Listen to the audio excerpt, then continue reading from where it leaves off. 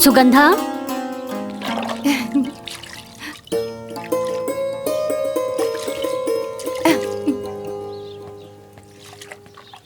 ए सुगंधा, चिल्लाता है बाड़ू? हम बहरी नहीं खी, सुनाई देता हमके। अरे जब सुनाई देत हवे तो जवाब काहे नहीं खुद देत? हम का बोली? तू ही बोला, बताओ बात का हो? अरे हम तोरा से कहले रहनी ना कि गुड़िया की स्कूल की ड्रेस प्रेस कर दा, काहे नहीं खु कैले? दिखाई नहीं की देत, हम अपन लड़का के नहलावत बाड़ी। जा। सुगंधा, आजकल हम देख रहल बानी, आजकल तू ढेर अपन पराया कर रहल बाड़ू। शुरू के कैला तू के हम दिन भर लिपस्टिक नेल पॉलिश लगाकर बैठी रहेलू, अपन लड़की के कपड़ा प्रेस ना कर सकेलू? सुगंधा,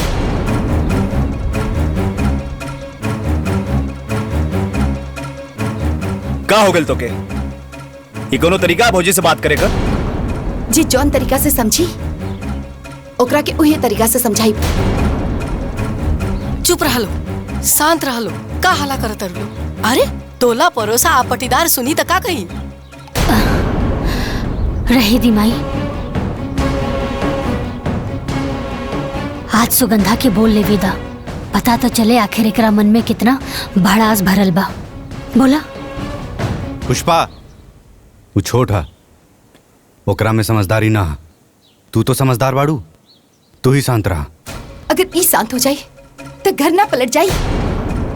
ई घर के मालकिन नहीं, ई ऑर्डर करी और काम करी हम, ई लड़की पैदा करी और संभालिए हम।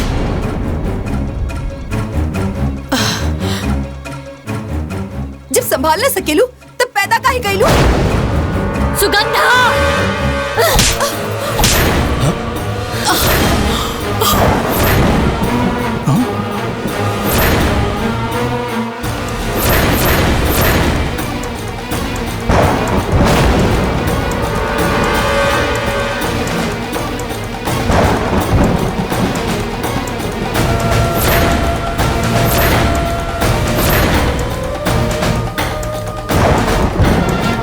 जे के पास जवाब न होला ना, वो हाथ उठावेला।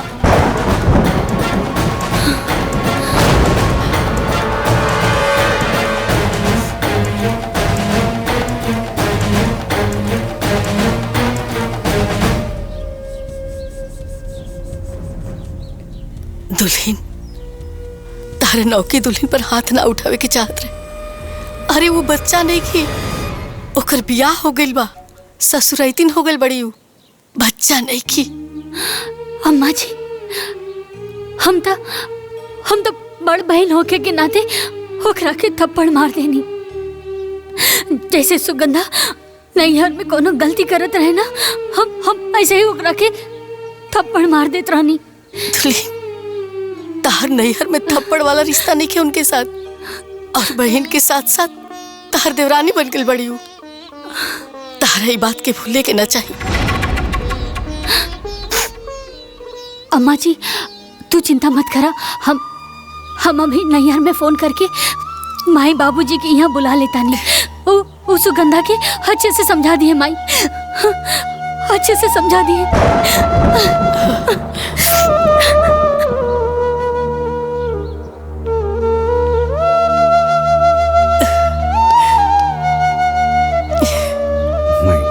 सब ठीक हुई।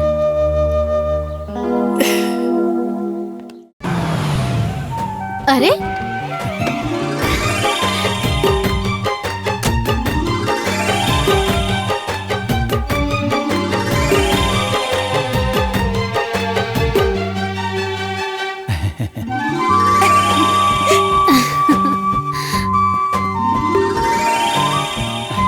माई, अरे खुश रहा, मजे में रह लो। हाँ माई। अरे खुश रहा। सुगंधा, सुगंधा। दीदी तू कैसन बाड़ू? हम एकदम ठीक बानी, तू कैसन बाड़ू? एकदम ठीक बानी। बाबूजी, बस सब बढ़िया बाबूजी। अरे बेटी खुश रहा, खुश रहा। रवा ठीक बानी ना?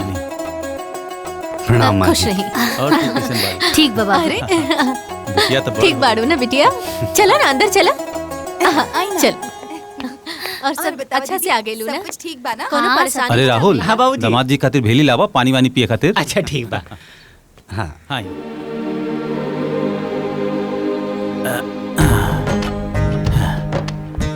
हाँ बैठिए। जिया जी, हाँ इली पानी पी। हाँ ले।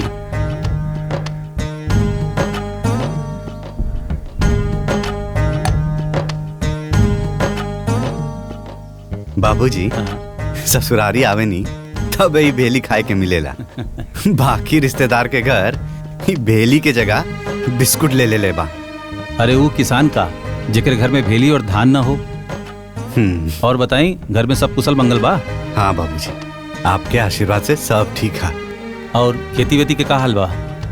खेती तो कुल बड़का भैया और सतीश देखे रहन। बाकी रउआ के पते बा कि आजकल के युग में जोताई बोआई खाद पानी सब इतना महंग हो गईल बा कि कुछ बचबे ना करेला। और ये बेमौसम बरसात किसानन के कमर तोड़ देता हो। हाँ लागत है ए बार भूसा भी खरीदे के पड़ी। दामाद जी छोड़ी, इहो खेती के बुरा हाल बा। खैर राहुल, जी बाबूजी। माई से बोल के हलवा पूरी बनवाओ अपने जीजा जी खातिर। ठीक बा बाबूजी। राहुल, गाड़ी से बैग भी उतार लिया। अच्छा ठीक बा।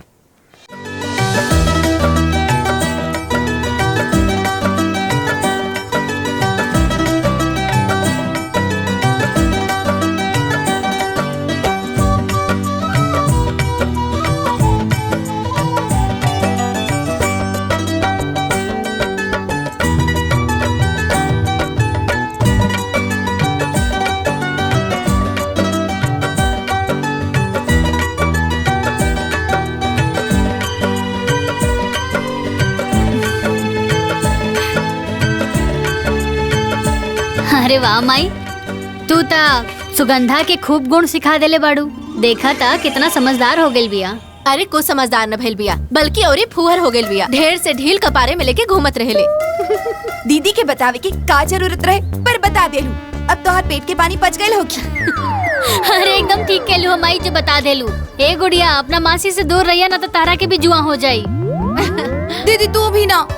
अरे मजाक करत आनी। ए माई, बाबूजी जीजा खातिर हलवा और पकौड़ी बनावे खातिर कहले हाँ। अच्छा तो तनी पम्मी लाला जी की दुकाने चल जा और 1 किलो बेसन और आधा किलो प्याज और आधा किलो सूजी ले ले। हैला पैसा लेके जा।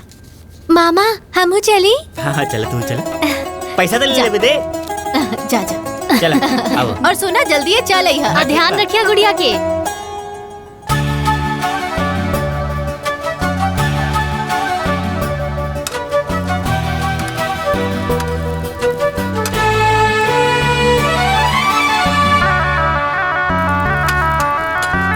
अरे सुगंधवा, तनी चटनिया में मर्चा कम डाली है।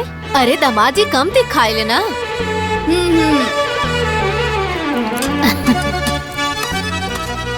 तो से छिला था एको, हाँ? पुष्पा, सादे हलवा बनावत हो का? अरे हाँ डबुआ में काजू मखाना रखल बा, ओके डाल दा तनी, किसमिस उसमें डाल दा तनी, बढ़िया बन जाई। नीक बनावा। हाँ ठीक बा माई, तनी सूजी भुन जाएदा फिर डाले बाराम से। बेटा ये मौसी के दे दा। जा आजा।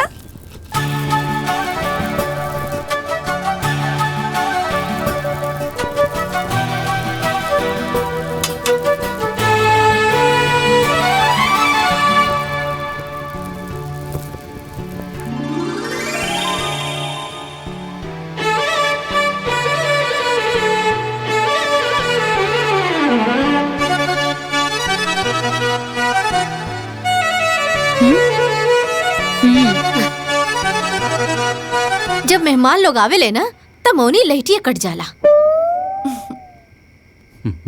पकौड़ी कैसन बनल बा पाहुन? बहुत बढ़िया बनल बा अम्मा जी। और जीजा जी चटनी कैसन बनल बा? चटनी लगा तो तू बनौले बाड़ू। एकदम तहरे जैसन ती था। इतना मना कहनी कि मर्चा कम ही रखिया, बाकी मनलस नहीं। पकौड़िया और ही पाहुन दे रे जिया जी के पकौड़िया दे। इली बस और दी। ना ना ना चटनियो दा। चटनी तो तीख बनल बा ना, तो एक काम करी इली। पकौड़ी हलवा के साथ खाई।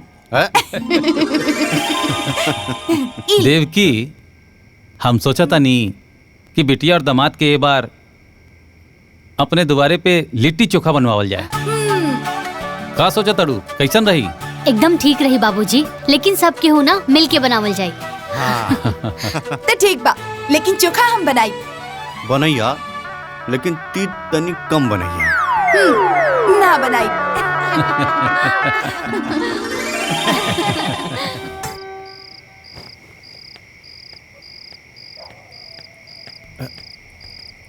पहुना, हाँ बाबूजी। ई लुंगी ला, एके पहन के आराम से सुत जाइए। हाँ हाँ ठीक बा बाबूजी।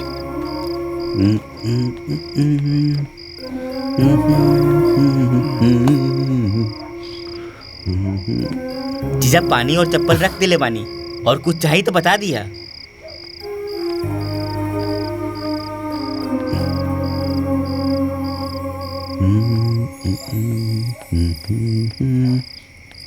इली टार्च, पिसाब उसाब लगी था पिछोरवा चल जाइ है। हाँ। टार्च लेके जाइ है, काहे कि पिछवा खर खंजर भइल बा। अरे तू ऐजे सुतबा ना। हम तो इजे रहबे करब। हाँ तो बस जगा ले। अच्छा ठीक बा। मच्छरदानी लगा दा।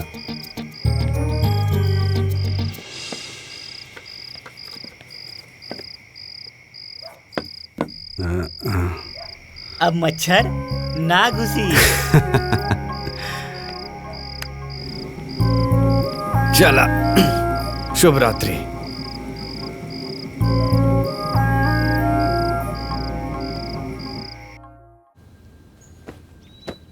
दीदी देखी ना कैसन लागत बा? ठीक बा ना? बहुत बढ़िया, एकदम फिट आइल बा। हाँ फिट बा। माई, ई सलवार सूट हम सुगंधा खातिर लेके आइल बानी। माई कैसन लागता? बहुत सुंदर बा। माई, ई तोहरा खातिर और बाबूजी खातिर ई कुर्ता और धोती, राहुल खातिर ई देखी शर्ट और पैंट। ठीक बा ना? अरे कर का जरूरत रहे, तो जब आवेलो तो हमने खातिर कुछ ना कुछ लेके आवेलो। नीक ना लागेला बेटा? कैसन बात करत आड़ू माई, हम ही घर के बड़ बेटी हैं और ऐसा ही खाली हाथ चल आइब त नीक ना लागी। अच्छा सुनी, ई सब बात छोड़ी और हमरा के ई बताई कि सुगंधा के जौन रिश्ता के बात चलत रहे का भइल? अब का बताई बेटिया, ओहे जौन 4 साल से हो रहल बा। अरे जेकरो ढंग के मड़ैयो न बनल, ओहो 5 लाख दहेज मांगा था। और सरकारी नौकरी वाले ता पूछवे मत करा। अरे 4 पहिवा गाड़ी के नीचे बातें नहीं करत। अरे लड़की के गुण सहूर केहू नहीं खे देखत, सबके खाली दहेज चाहिए। बस यह सोच के संतुष्ट करत वानी कि गरीब होके चाहे अमीर, लड़की बिना बियाहले ना रहेली। बड़ बुजुर्ग कहले रहले ना कि भगवान वर पहले बनावेले, सुकन्या बाद में। अरे हमरो सुगंधो खातिर केहू न केहू बनले हुई। अम्मा जी समझी कि लड़का मिल गई। बाबूजी और राहुल के लड़का पसंद बा, और उ लड़का के रउआ भी पहले से जाने नहीं। बस अब राव हाँ के देरी बा। अरे पाहुन, रउआ बुझौलिया मत बुझाई, जल्दी से लड़का के नाम और गांव बता दी। अरे अम्मा जी, गांव के नाम छोड़ी, लड़का के नाम में काफी बा। लड़का के नाम बा सतीश, हमार छोटका भाई।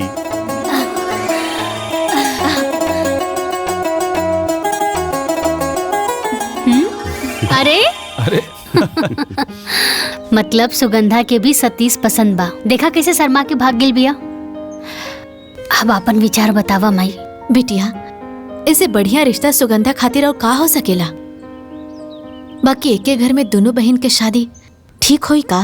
कहीं बाद में कोनो दिक्कत परेशानी ना होखे। तू चिंता मत करा माई, कौनो दिक्कत तकलीफ ना होई। अरे कौनो दूसर घर की लड़की हमार देवरान बन के आवे, उसे तो अच्छा बाना कि हमार बहन आए। अरे जैसे हमनी के नैहर में बहन बन के रहेनी, वैसे नए ससुराल में भी बहन बन के रहब, देवरान जिठान ना। अरे वो सब तो ठीक बा, बाकी समधन जी के एक बार पूछल जरूरी बाना, तोहरे सास के कार आए बा। अरे अम्मा जी, रउआ के का लगा था हमनी टाइम निकाल के ऐजा सिर्फ लिट्टी चोखा खाए खातिर आयल रहनी? अरे हमनी के पहले से प्रोग्राम रहे कि सतीश और सुगंधा के शादी के लड्डू बांध दियल जाए। तो पाहुन समझ ली कि लड्डू बंद गई। अच्छा बाबूजी, अब हमनी के जाए के आज्ञा दी, घरे भी तो खुशखबरी सुनावे के बाद। चला पुष्पा, चले के तैयारी करा। जी।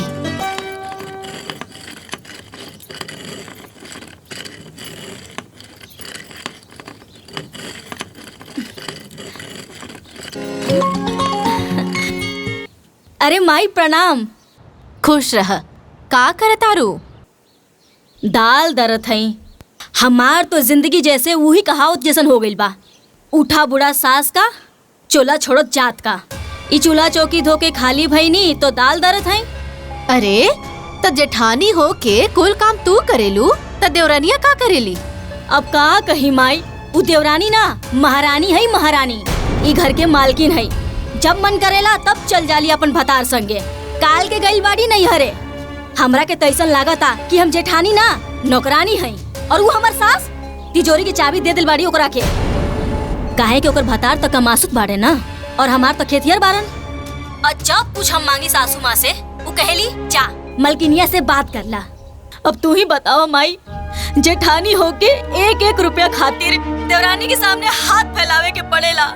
माई अब हम का करी, हमर तो जिंदगी बर्बाद हो गइल बा।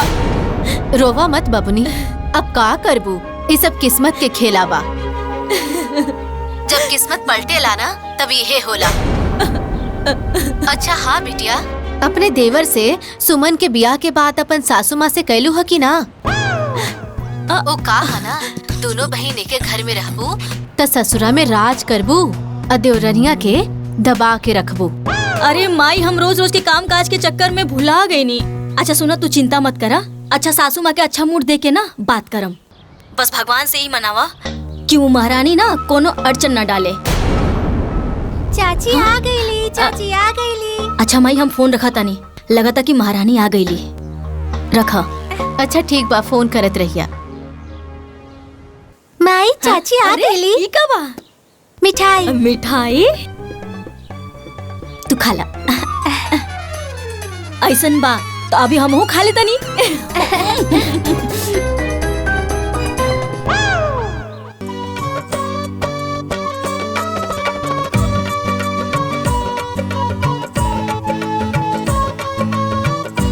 आगे नानी के यहाँ से है। प्रणाम दीदी, खुश रहा। अम्मा जी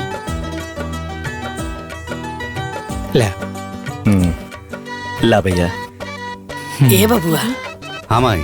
जौन बात करे खातिर अपना ससुरारी गई रहा, वो बात भइल की ना? हाँ हाँ माई, ससुरारी में दामाद के बाद केहू काटेला। सतीश और सुगंधा के रिश्ता तय हो गई। अरे वाह। अरे वाह। ये तो बहुत खुशी के बात बा माँ जी। बाकी हम लोगन से सुनले रहनी कि एक ही घर में दो बहन के शादी ना होके के चाहिए, उ जमेला ना। अरे भौजी, कहाँ बाड़ू तू? ये सब ढकोसला होकेला। वो कहावत नहीं के सुन ले बाड़ू, 100 साइत ने एक सुतार। हाँ सही कहे ना। देख लो ना, पुष्पा के पाँव पड़ते गुलाब की नौकरी लग गई। आहो ना हो, सुगंधा के पाँव पड़ते सतीश के भाग जाग जाए। बिल्कुल ठीक कहा तारो माई।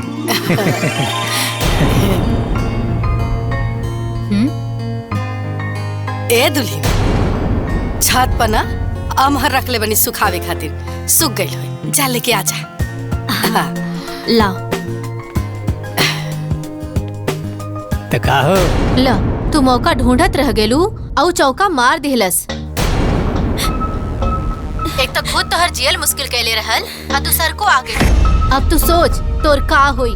एगो सील एगो लोढ़ा दोनों मिल के कुटियन थोड़ा थोड़ा। अगर वो दोनों सील लोड़ा है तो हम कोनो धनिया पुदीना ना है कि दोनों बहिनी मिलके हमार चटनी बना के रख देम। हम भी झुराई मरचा है। ऐसन जाल डालम दोनों बहिना के बीच में कि गोतनी गोतनी की लड़ाई हो जाए। प्यार के मिठाई में डाल देम आम के खटाई।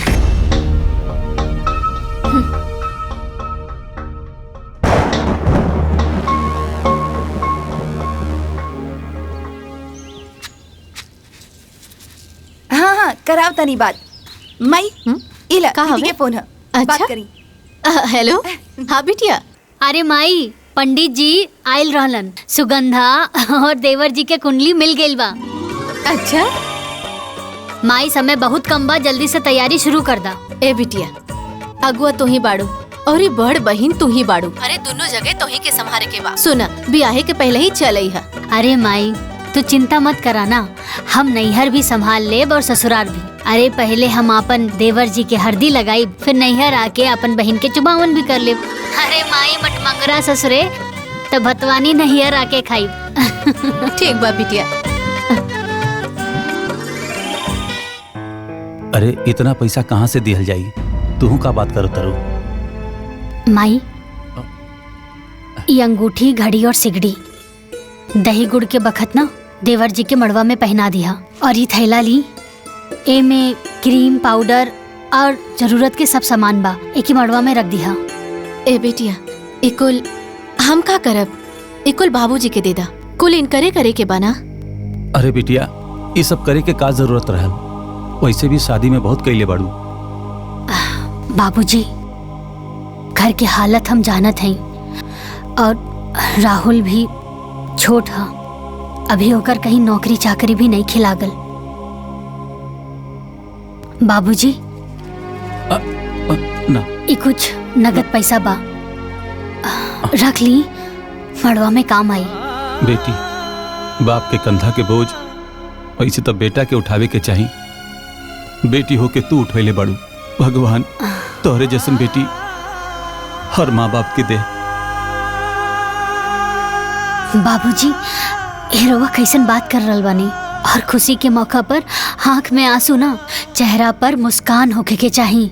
और वो बेटा बेटी ही का जौन अपना माई बाबूजी के आँख के आंसू के खुशी में ना बदल दे। अब चली हंस के दिखाई।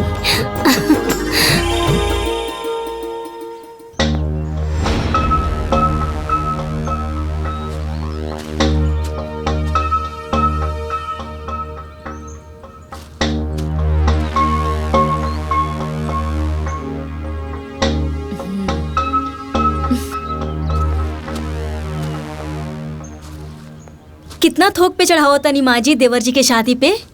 अरे दुल्हीन, एक ही स्थान चोपता और 7 थान गहना। इतना दिया जाई ना तो उनकर मड़वा अंजूर हो जाई। सही कहा तानी माँ जी, उनकर मड़वा तो उजियार हो जाए, बाकी हमरे घर के का मिली? काहे से कि सोना के सिकड़ी, घड़ी, अंगूठी कुल मिला के ये सब देवरानी जी तो लेके गई बाड़ी, और वही सब देवर जी पहन के आ जाई है।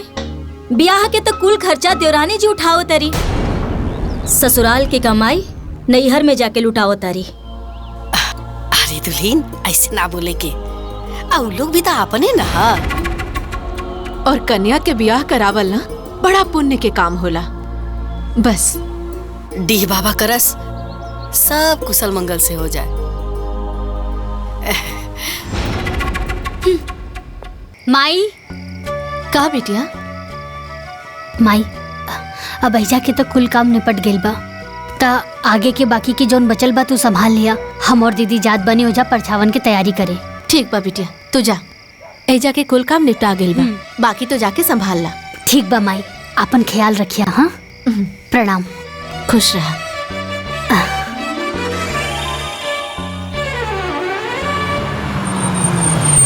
कथिए के लोढ़ा सासू, कथिए के थाली हो, कथिए के लोढ़ा सासू, कथिए के थाली हो। दुल्हीन लपरछा था। अरे कैसन बात करत ताड़ू दीदी, तू बड़ बाड़ू, तू करा। ठीक बा। सासू सोहागिन हो, परिछाना चालेली, पत्थर के लोढ़ा सासू, सोने के थाली हो, पत्थर के लोढ़ा सासू, सोने के थाली हो। थाली में हल्दी चावल चुमेली भाभी हो, थाली में हल्दी चावल चुमेली बुआ हो, बहुअर स्वागत बा उतरा तू हाली हो।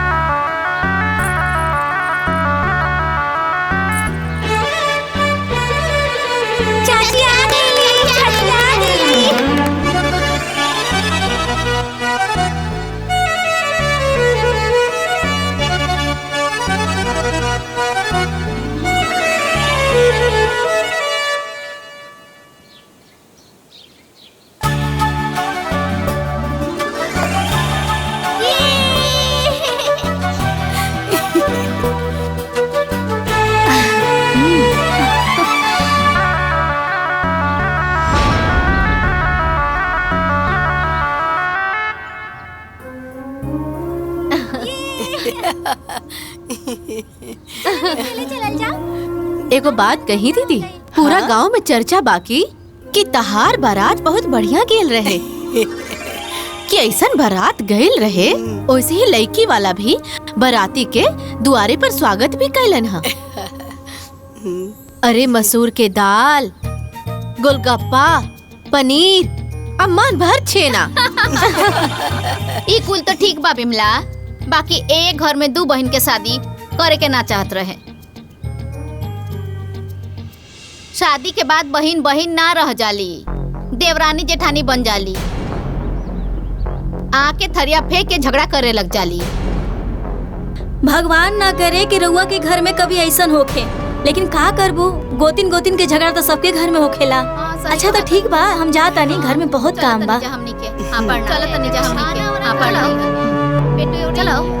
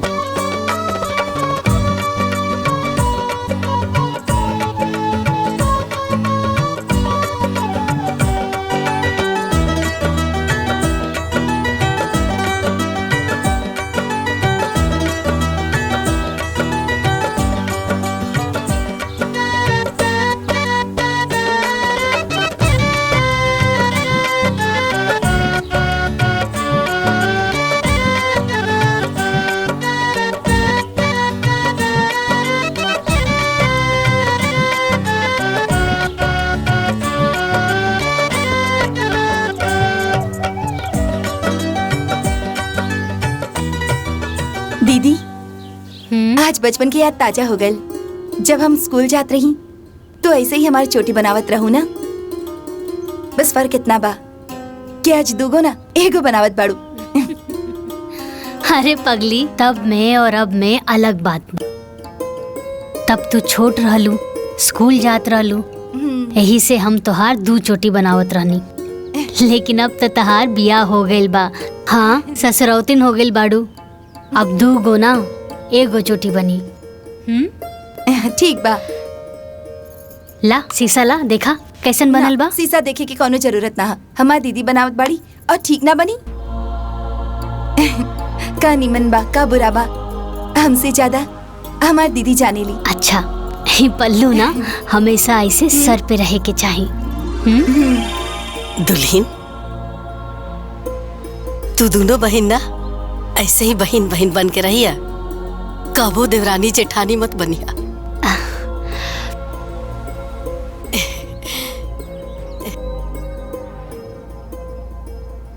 हमारी एक बात हमेशा याद रखिया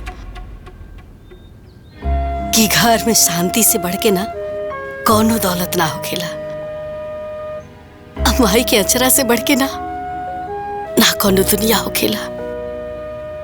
अब भाई से बढ़ के केहू साथी ना होके, अब बहन से बढ़ के केहू शुभचिंतक ना होला।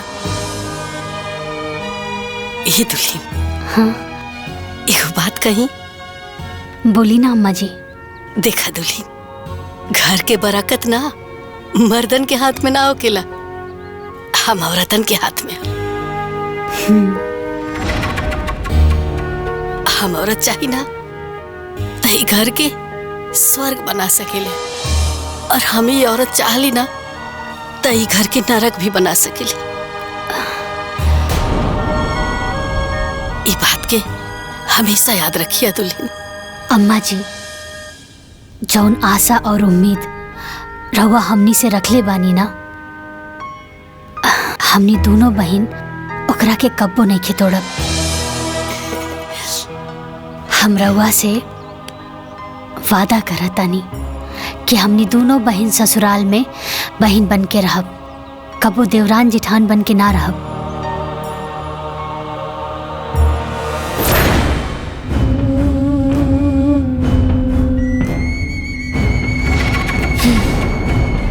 आज हमहू एक प्रतिज्ञा करतानी कि दोनों बहिनी के देवरानी जेठानी बना के रहब।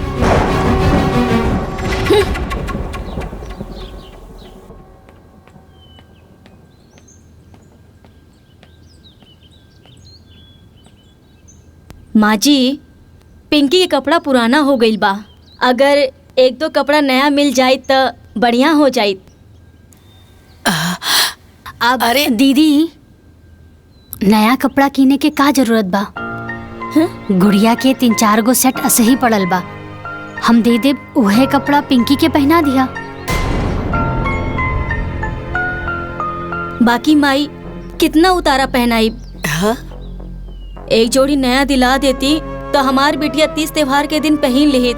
पिछले दिवाली में भी गुड़िया के उतारा ही पहन ले रहे। अरे बड़को, इका उतारा उतारा लगा रख ले बड़ू, एमे का खराबी बा? अरे हम जब छोट रही तो अपना नैहर में अपना दीदी के कपड़ा पहनत रही। आहिजा सुबास के कपड़ा गुलाब पहनत रहन, गुलाब के कपड़ा सतीश पहनत रहन। एक घर में ये सब चलत रहेला। आ वैसे भी एजा कमाए वाला एक आदमी बा और 2 जना तो खेतिये में लागल बड़े। जितना ओढ़ना रहेला ना उतने में पैर फैलाए के चाहिए, समझ लू?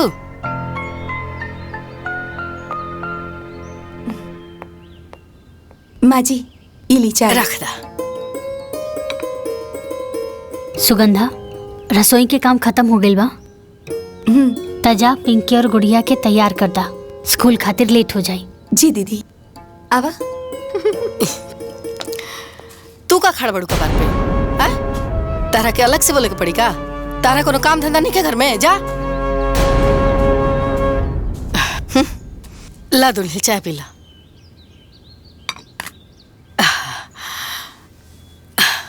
गुड़िया, तू कौन सा क्लास में पढ़ी लू? हम फर्स्ट स्टैंडर्ड में। और पिंकी, तू? Second standard. Second standard. अच्छा, तू दोनों की कितना तक पहाड़ा आवेला? पहाड़ा मतलब? अरे हम तो भुलायल गई नहीं, तू लोग तो इंग्लिश मीडियम में पढ़े लो ना? हाँ। अच्छा, पहाड़ा मतलब टेबल। हाँ। कितना तक आवेला? हमके तो 10 तक आवेला। अरे वाह। लेकिन गुड़िया के तो 5 तक टेबल नहीं के यार। कौन बात नहीं है, गुड़िया के भी 10 तक की टेबल आ जाई। हाँ गुड़िया, अब आवा, ए लो अपन बैग ले ला। जल्दी जल्दी से तैयार हो जाई। ला हम देते ही।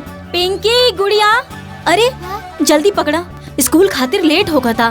चला बाहर जा, सतीश चाचू इंतजार करते रहन। ए झगड़ा मत कर, चला चला।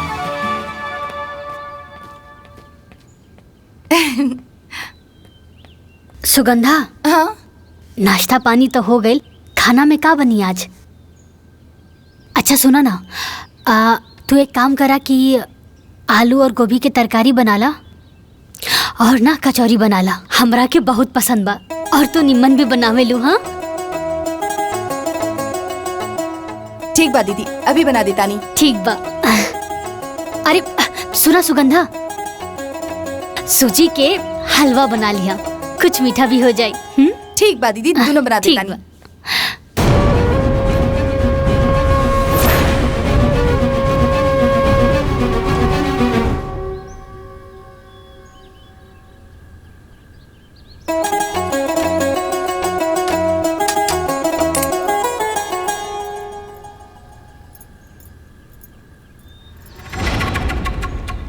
अरे सुगंधा, जब इतना सारा काम हो खेला तो हमरा के आवाज दे देहल करा, तो हम आके तोहार हाथ बटा देहल करा। चला हम बेल देता नी, तू तल दा कचौरी। ना ना दीदी, रहे दी, हम सारा काम खुद कर ले। आप आराम करी। देख तू हमरा के दीदी कहेलू ना तो हमार बात सुने के पड़ी। अरे 4 लाठी एगो में भारी पड़ेला और मिल बांट के काम करल जाए तो काम आसान हो जाला, है ना? ठीक बा दीदी।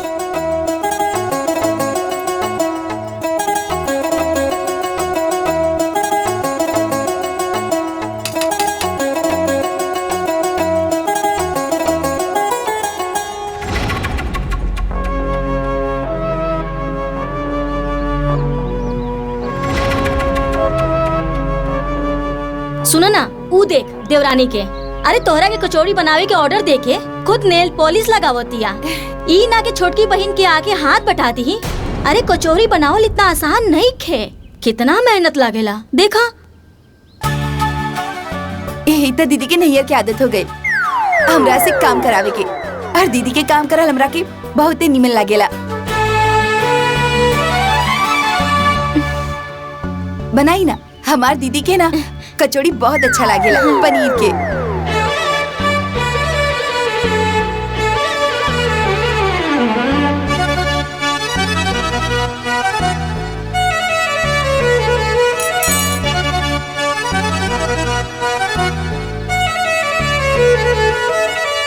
हलवा कचौड़ी।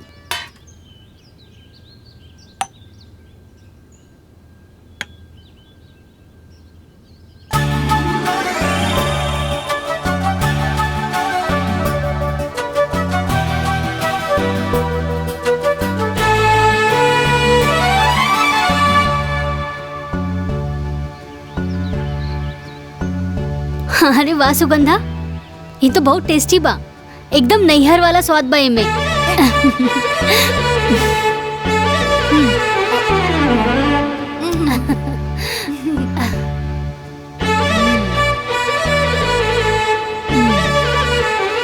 हलवा भी अच्छा बा।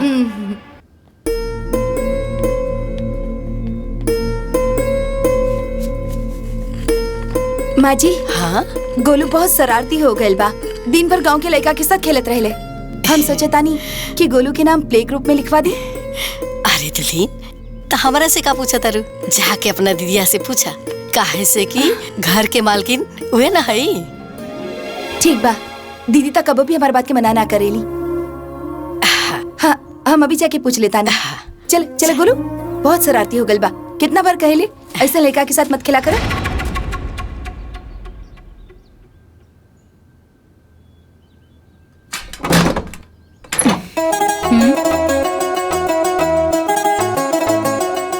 अरे सुगंधा, का बात बा?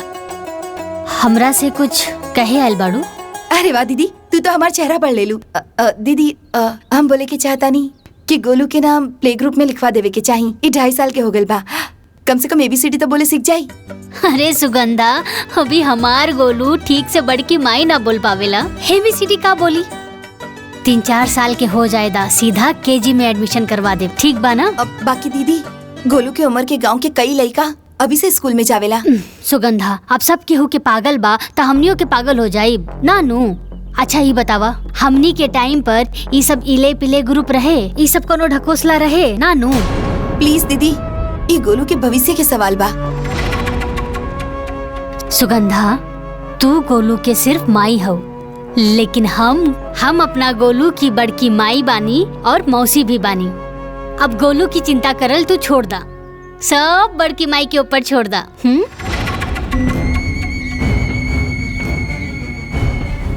दोनों बहिनी के बीच में आग लगावे खातिर जौन पापड़ हम बेलने आज वो सफल हो गए।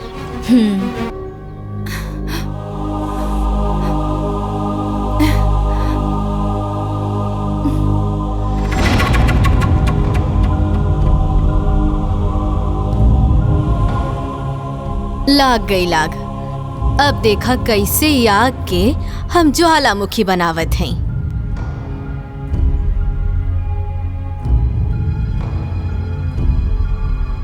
अच्छा ये बतावा, हमनी के टाइम पर ये सब इले पिले ग्रुप रहे, ये सब कोनो ढकोसला रहे ना नू?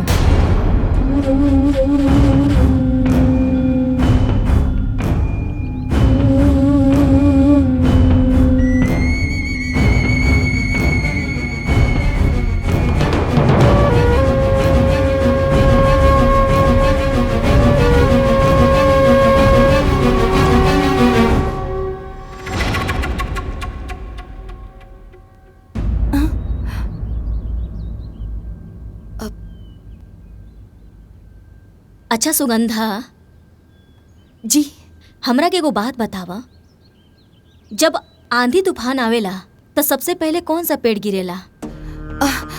जौन पेड़ की जड़ कमजोर होखेला ऊ पेड़। सही कहलू, यही खातिर हम तोहरा पास आइल बानी। देखा, यही उम्र बा तोहर लइकन के स्कूल जाए के। अगर ई उम्र में पढ़े ना गइल सन तो अंग्रेजी में फटर फटर कैसे करी? देख बहिन, नून भात खा के हम जी ले, बाकी बबुआ के पढ़ाई में कोनो दिक्कत ना होके के चाहिए। बाकी तू कर भी का सकेलू, काहे से तुहार पति और हमार पति तो खेतिहर बारन और ओकर पति का मासूद बारन, तो जवन तोर बहिन चाहे वही होई।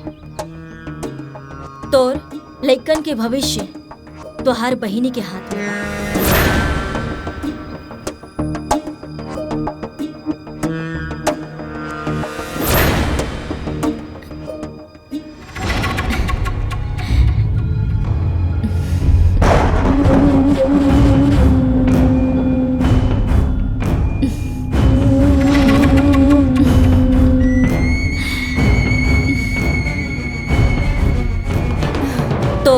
लइकन के भविष्य तोहार बहिनी के हाथ में बा। सुगंधा, ऐसन बात ना हो, तोके जरूर कोनो गलतफहमी भइल बा। गलतफहमी हमके ना भइल बा, बल्कि आज तो हमार सारा गलतफहमी दूर हो गइल बा। अब वो हमार बहिन ना हमार जेठानी बन गइल बाड़ी। अगर बहन बन के सोचती ना तो कबो भी हमारे लड़का के प्ले ग्रुप में जाए से मना ना करती। सुगंधा, भाभी के हम अच्छी तरह जानीला, वो परिवार के हित के लिए भी सोचनी, कबो अपन पराया ना देखनी। अगर वो कबो अपन पराया ना सोचनी ना तो कबो हमके मना ना करती। हम सब समझतानी वो क्या अपन पैसा के घमंड हो गइल बा। अब रउआ भी खेती बाड़ी छोड़ी और कहीं भी जाके प्राइवेट नौकरी करी, चाहे तो 10,000 ही कमा के लेके आई। हम 10,000 में अपन लड़का के पढ़ा लिखा दे। रउआ खेती बाड़ी करत है तो का हमारा लड़का भी बड़ा होके खेती बाड़ी करी? का बात के पतंगड़ बनाओ तारू यार। देखिए जी, अगर रउआ हमारी बात ना मन ली ना तो हम अपन लड़का के लेके नैयर चल जाए और नैयर से अपन लड़का के पढ़ाई लिखाई।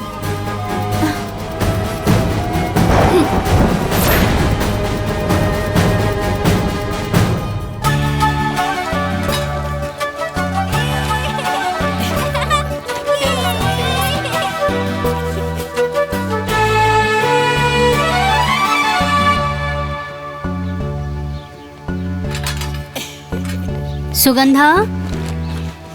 हाँ दीदी। देवर जी अभी खेत गेल बाड़न ना, जब खेत जोत के आ जाई है ना तो ई गेहूं हम ना बोरी में भर देले बानी। उनसे कहिया कि श्यामनाथ की चक्की से पिसवा के ले आई है आटा। ठीक बा दीदी, हम बोल दी। चप्पल टूट गई, गोलू की चप्पल टूट गई।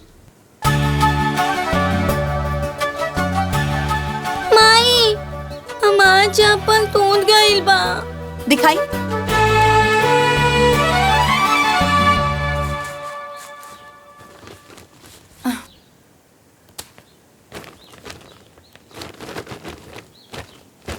दीदी, हाँ देखी ना, गोलू की चप्पल टूट गल बा, एगो नया मंगवा दी ही ना। सुगंधा, नई कीने की का जरूरत बा? हमरा लगे 2-3 गो जोड़ी पड़ल बा, हम दे देब, गोलू के पहना दिया, ठीक बा? बाकी दीदी, लड़का होके लड़की की चप्पल पहरी। अरे सुगंधा, सैंडल ना हा, हवाई चप्पल हा, और सब हवाई चप्पल एक जैसा नहीं होला। कैसे गिर गई? हाँ? अरे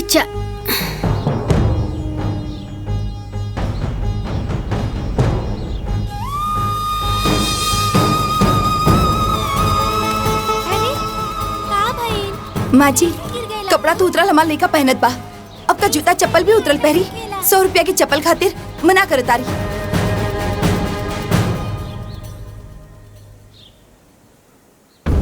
अरे हमार नौके दुल्हन, 100 रुपया के बात नहीं खे। 100 रुपया के कीमत ना, जब तू ये घर के मालकिन बनबू तब समझ में आई कि पाई पाई जोड़ के कैसे घर चलावल जाला। चिंता मत करा।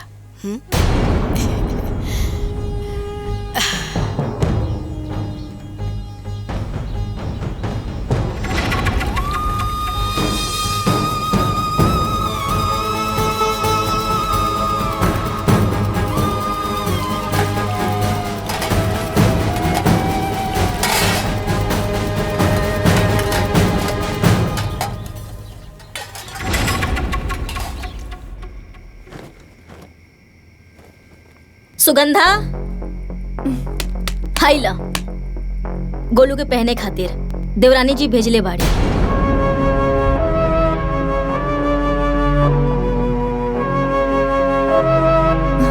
बाकी एगो बात कही, इतना साल से जे हमार साथ हो रहल बा अब उ तोहरे साथ हो रहल बा। पहले ओकर बेटी के उतरन हमार बेटी के पहनावल जात रहे, अब तोहार बेटा के पहनावल जाता। हम तो ये मान ले बानी कि हम दूसर घर से हई, बाकी तू तो सगी बहन हो। तू दोनों एक ही महतारी के पेट से जन्मल बाड़ू, तोहरे साथ ऐसा ना करे के चाहत रहे। बाकी जाए द, तू कर भी का सकेलू। अच्छा ई चप्पल ना गोलू के पहना के देख ला कि ओकर साइज के बा कि ना। बेचारा लइका लड़की के चप्पल पहन के घूमेला। चला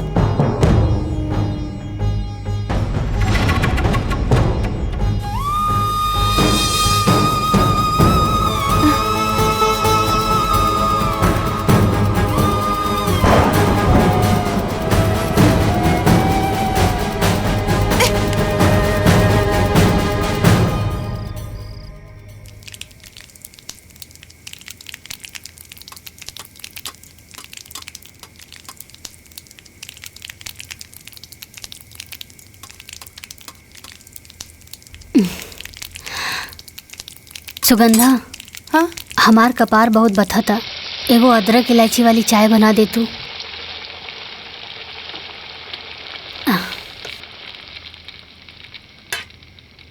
ई रहल चाय के पत्ती, ई रहल दूध, और ई रहल पतीला, और ऊ रहल चीनी अदरक, और ई रहल लाइटर और गैस।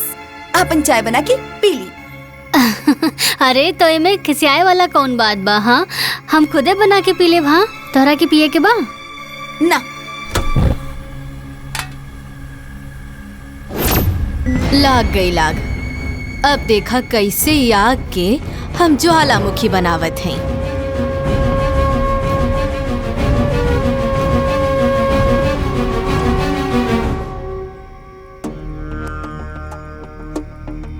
सुगंधा तू चिंता काहे कर रहल बाड़ू? अरे तू जौन कैलू बहुत ठीक कैलू। ज्यादा चुप रहे से आदमी कपारे पे बैठ जाला। कबो कबो मांगे से हक ना मिली तो छीने के पड़ेला। अगर उहो जेठानी बनतिया तो तू काहे बहिन बनबू? तू देवरानी बना। आज तू ओकरा के उल्टा जवाब देलू, हमरा के तो बहुत अच्छा लगल। दीदी पर हमके बुरा ना लागल हा। हमरा के तो बहुत बुरा लगल हा। अरे छोट बहिन हो के ऐसे बड़ बहिन के उल्टा जवाब ना देवे के चाही। अरे तू कोनो हाथी घोड़ा थोड़ी मांगत रहलू, एक कप चाही त मंगले रहू, बना के दे देवे चाहत रहे। बाकी हम जेठानी हो के आज तक तोहरा के देवरानी ना समझनी, और ऊ तोहार छोट बहिन, तोहार सगी बहिन हो के तोहरा साथे देवरानी जेठानी करतिया। जायदा ना दीदी। अरे हम सुगंधा के ना बचपन से जानी ले, और बात बात पे गुस्सा हो जाली, और जब ओकरा के एहसास होला ना ता आके माफी भी मांगेली। बाकी दीदी हमरा के बिल्कुल भी बुरा ना लगल हा।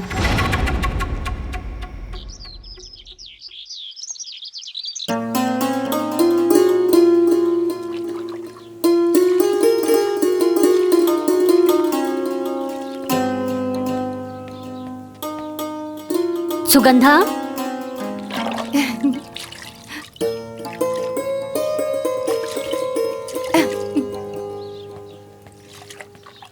ए सुगंधा चिल्लात काहे बाड़ू? हम बहरी नहीं खी, सुनाई देता हमके। अरे जब सुनाई देत हवे त जवाब काहे नहीं खुदेत? हम का बोली? तू ही बोला। बताओ बात का हो? अरे हम तोरा से कहले रहनी ना कि गुड़िया की स्कूल की ड्रेस प्रेस कर दा, काहे नहीं खुकैले? दिखाई नहीं की देत, हम अपन लड़का के नहलावत बाड़ी। जा। सुगंधा आजकल हम देख रहल बानी, आजकल तू ढेर अपन पराया कर रहल बाड़ू। शुरू के कैला तू के हम दिन भर लिपस्टिक नेल पॉलिश लगाकर बैठी रहेलू, अपन लड़की के कपड़ा प्रेस ना कर सकेलू? सुगंधा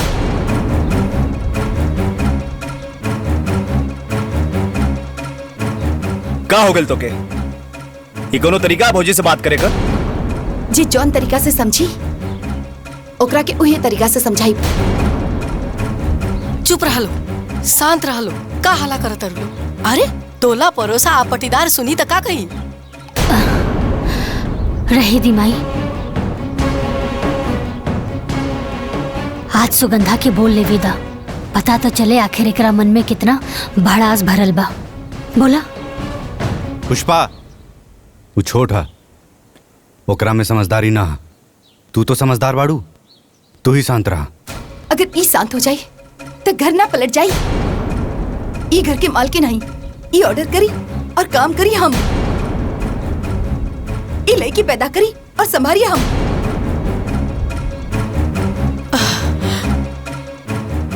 जब संभाल न सकेलू तब पैदा काहे कइलू? सुगंधा!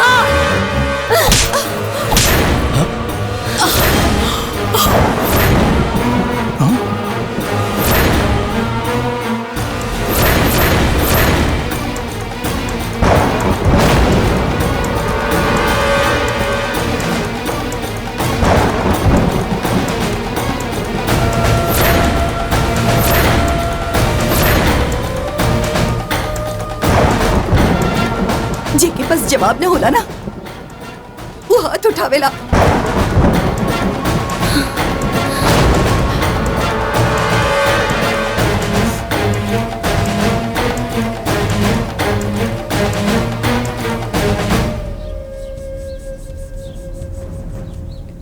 दुल्हन, तारे नौकी दुल्हन पर हाथ ना उठावे के चाहत रहे। अरे वो बच्चा नहीं की, ओकर बियाह हो गइल बा, ससुराइतिन हो गइल बड़ी।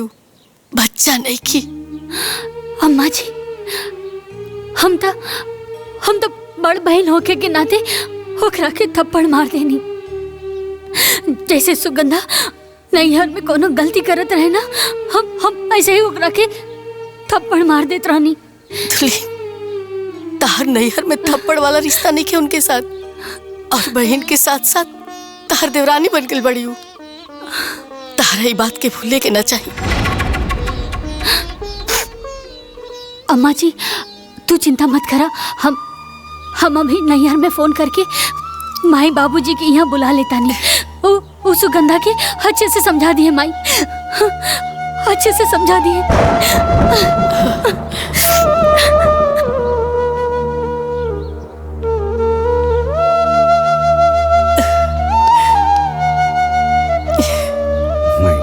सब ठीक हुई।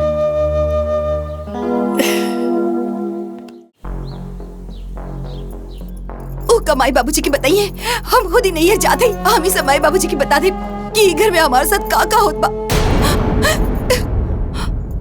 देखा सुगंधा, ऐसे लड़ाई झगड़ा करके नैहर जाल ठीक ना हो।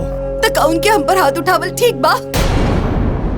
उनकर आदमी कमाता हुए तो घर के मालकिन, और हम घर की नौकरानी बन के रही। सुगंधा, गुस्सा के आग नु पहले बुद्धि की जरा देवेला, अब बुद्धि के जरते ही प्यार के भीतर अहंकार कर जाला। एक बात बतावा, दुनिया के कोनो भी रिश्ता अपने आप ना खत्म होला, अहंकार गलत फहमियों के तोड़ देवेला। दो लोग के बीच के रिश्ता केवल तीसरे की वजह से ना, बल्कि आपसी विश्वास और प्यार की कमी से टूटाला। हम तहार पति बानी ना, तो हमार बात ना मनबू। चला वो बैग उठावा और अलमारी में रखा। एक बात और ही, माई बाबूजी के सामने अपने गुस्सा पे कंट्रोल रखिया।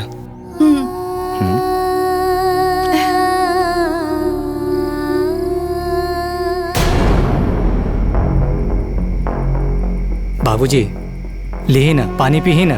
अरे बातचीत तो होते रही। का पानी पी हम? इन्हीं दुल्हन के कथा सुन के हमार सारा प्यास बुझ गई। यही सब खातिर हम तोहार दोनों के बिया एक घर में कैले रहनी। बोला सुगंधा, बोलत काहे नहीं खूब? हमसे का पूछा नहीं, एकरा से पूछी। ई घर के मालकिन नहीं, घर के काम खराबे खातिर ब्याह करके हमकी ई घर में लेके आल बाड़ी। आजकल लेकर जबान कम और हाथ ज्यादा चले लागल है। देखा तानी बाबूजी, कैसन पटर पटर जवाब दे दिया। एक भी बात हमार ना सुनेली, बहुत ज्यादा झगड़ालू हो गई बिया। हाँ हो, चुपचाप से नैयर में करत रही, वैसे ही ससुराल में करत रही तो हम बहुत निमन हो जाये। खुद तो कुर्सी पे बैठ जात हई। अरे काम चोर तो तू नैयर से ही यहाँ पे। बाकी हमके पता न चलल, ससुराल में आके सब पोल खुल गइल बा। सुगंधा चुप हो जा, छोट होके बड़ बात करता रू। ना बाबूजी, ये हाथी के दांत हुए, दिखावे के कुछ और खावे के कुछ और होला। और ये जब रउआ के बोलवले बानी तो रउआ भी जान ली कि का करिए। इनकर आदमी कमावत हुए तो 150 रुपया के खातिर भी हमरा के इनके आगे हाथ फैलावे के पड़त बा। अरे गोलू की चप्पल का टूट गल रहे, हम इनकरा से कहनी कि गोलू खातिर 100 रुपया की नया चप्पल खरीद के दी, तई मना कर देली और अपन लड़की के पुराना चप्पल हमार बेटा के दे देली। देखिए बाबूजी, अगर इनका आदमी के सरकारी नौकरी भी होवे तो हमारा आदमी खेती बाड़ी करेला, दाल चावल गेहूँ सब खाए खातिर ना होवेला। अरे लाखों में बिकेला। हम कभी भी एकरा से हिसाब मांग ली का?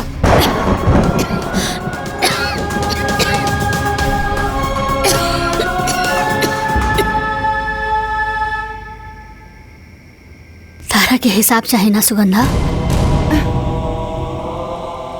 एक दिन तोरा के सब हिसाब दे देब हम। चुप हो जा भाई, हमार बात कान खोल के सुना। अगर तोहनी ऐसे ही आपस में लड़त रहबू तो हम समधियान आवल छोड़ दे। काहे कि तू लोग समधियान में हमरा के मुंह दिखावे के लायक न छोड़बू।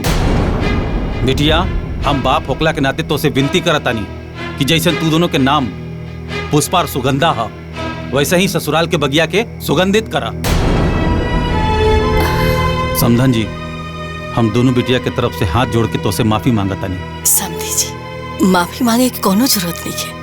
राहुल फर्ज रहला समझावे के, रउआ समझाई नहीं। आ कोनो ही लोग बच्चा तो बहाना कि कान पकड़ के समझावल जाए। लावा कड़वा दा।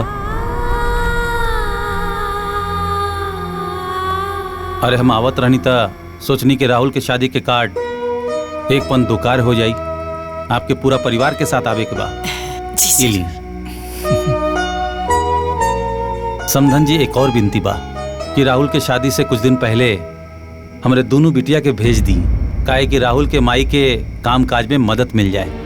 जी, जैसन रउआ कहीं। अच्छा, तब हमनी के चलत तनी। जी।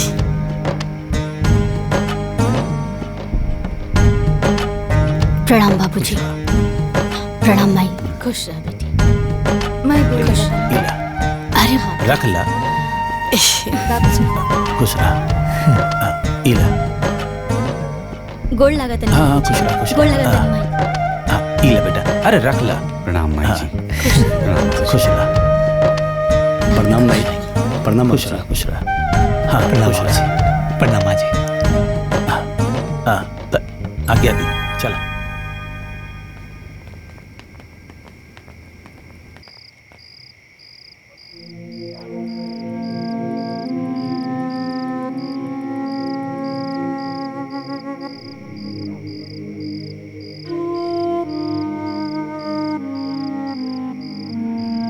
भैया, पता नहीं केकर नजर हमनी के घर परिवार पे लग गई। ये सुगंधा और भाभी के बीच में खटास कैसे पड़ गई?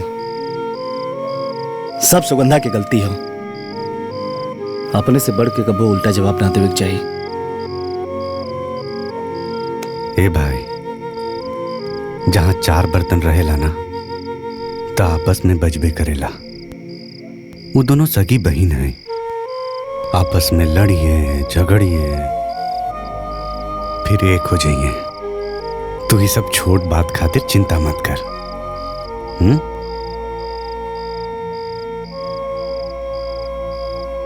बेटा। हाँ?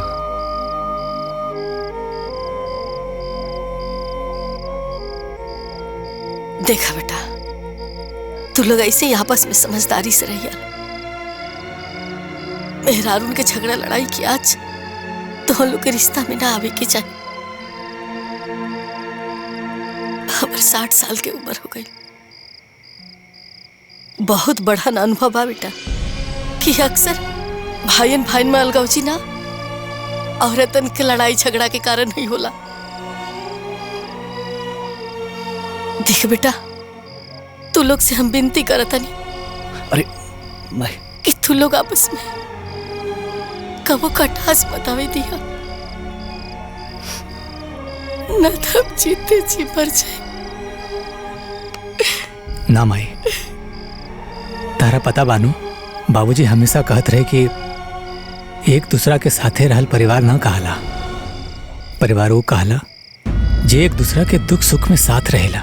और माई, तोने और बाबूजी के दिहल संस्कार हमने के भूलल नहीं खींचा।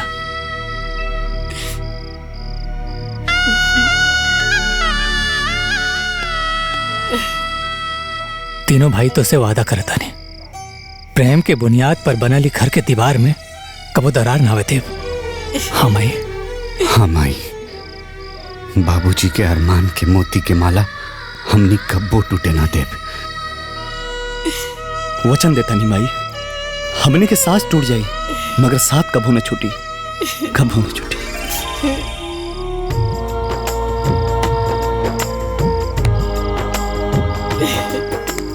हमारे तो तू लोग पे पूरा भरोसा।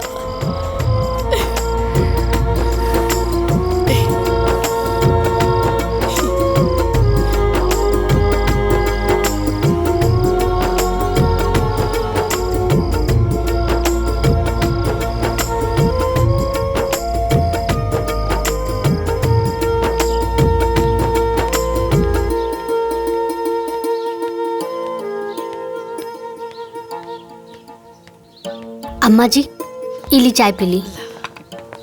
अरे अरे अरे, खाना बन गई। चला चला तू आगे बेटा। ये आगे बैठी। अच्छा ठीक बा। ए जी, हाँ गोलू के भी लेके जाई और प्ले ग्रुप में छोड़ दी, वहाँ रही तो कुछ सीख बे करी। ठीक बा।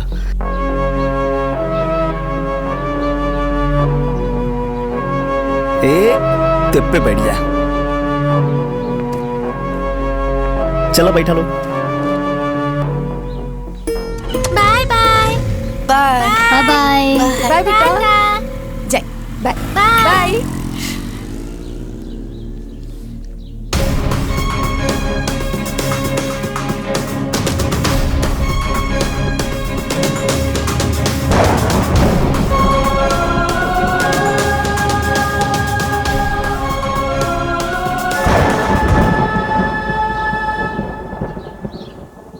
हो गई।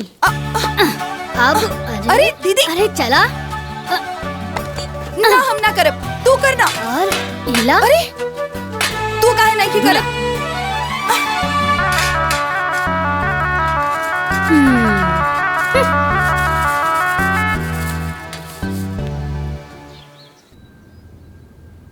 प्रणाम भाई। माई, रवा लोग भी चलती तो अच्छा रहे।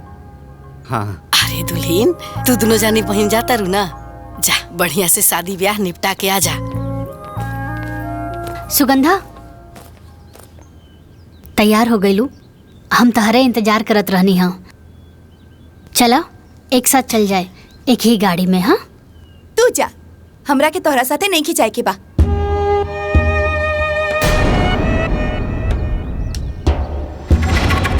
अरे दुल्हीन, नैहर वाला लोग का कही? अरे कहीं नैहर में दोनों बहन अलग अलग जाइबू तो नैहर वाला लोग का कही? माई ठीक कहती है सुगंधा, चला भौजी के साथे गाड़ी में बैठा। ऐसे जाए अच्छा ना लगी ना। अच्छा लगे चाहे बुरा, अब छुपल का बा? नैहर में भी तो सबके पता चल गइल बा।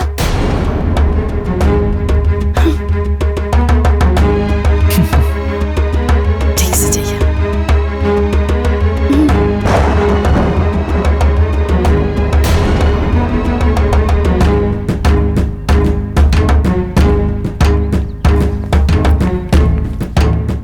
खुश रहा। प्रणाम माई। जो आगे चलो।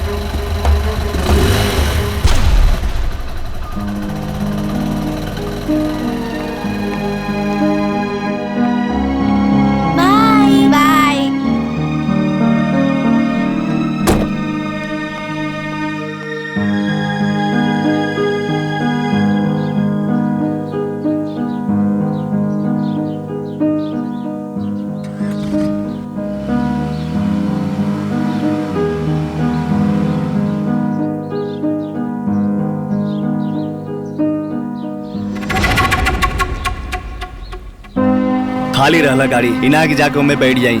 ये जेठ के दोपहरिया में हम लइका लेके मोटरसाइकिल से चलत हई। सब तोरे जिद के कारण होता। देखिए रहुआ चाहे कुछ भी कही, हम फैसला कर ले बानी। हम ओकर गाड़ी में ना बैठब मतलब ना बैठब। का समझे थे बड़ी आई गाड़ी वाली एकदम मूर्ख है बाड़ू।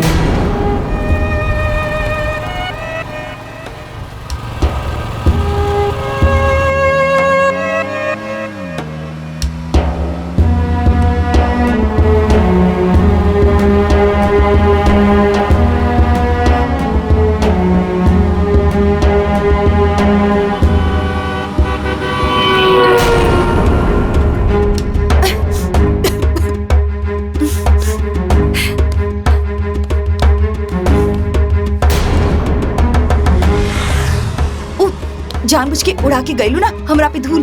हम सब कुछ समझता नहीं। अरे चुप ना रह तू यार। वो जानबूझ के भौजी उड़वनी है धूल। वो गाड़ी है कच्चा रास्ता पे जाए तो धूल उड़वे करी। हाँ हाँ रवा के तो भैया भौजी होवे ना, रवा तो ओकरे साइड लेबे करबा। देव की बहन अब की छोटकी बेटिया साथे ना आई नहीं का? कहाँ रह गई नी? हाँ अब का है ना चाची, सुगंधा के 4 चक्का में घुमरी आवेला। यही से देवर जी उनकरा के अपन मोटरसाइकिल पे लेके आवत हवन। और तैयारी सब हो गई ना? सब बढ़िया एकदम। अरे वो देखा आ भी गईलन। हाय देखा तार मौसी आ गई। दीदी प्रणाम जीजा। प्रणाम। खुश रह आराम से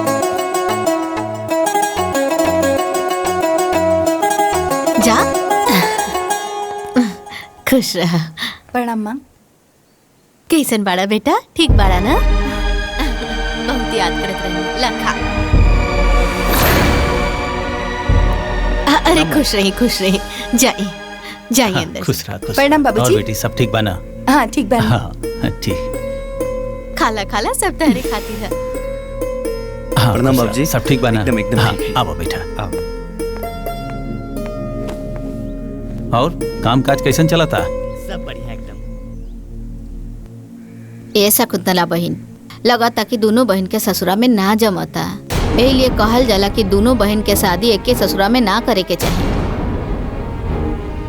हाँ चाची, हम भी देख ली हई कि छोट बहन हो के सुगंधा बड़ बहन के पैर तक न छूलस और मुंह टेढ़ करके भीतर चल गई है।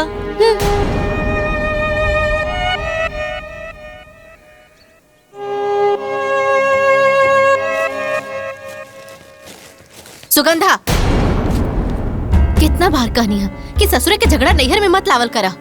अरे बियाह पड़ल बा, कुशल मंगल से बीत जाएदा। गांव घर नात रिश्तेदार सब कोई जुटल बा, तोरे दोनों बहन मुंह फुला के बैठबो सन तो सब लोग का कहिए? हाँ ये हमके ना ओकरा के समझाई कि यहाँ मालकिन बन के ना रही। मालकिनी करिए तो झगड़ा तो होबे करी। अरे तू बात के समझत काहे नहीं खू? अरे वो तो हर बड़ बहन हिया, तू ओकरा से बहुत छोट बाड़ू। छोट बन के रहबू ना तो कुल झगड़े खत्म हो जाई। अरे तोहनी के झगड़ा के जड़ना तोरा ओकरा से बराबरी करे के बा। देखा बिटिया, तू सफर से थकल आयल बाड़ू, मुंह हाथ धो के आराम कर ले। बाहर दमाजी के मिठाई दे देले बानी, तू आके देख ली। हम जाता नहीं।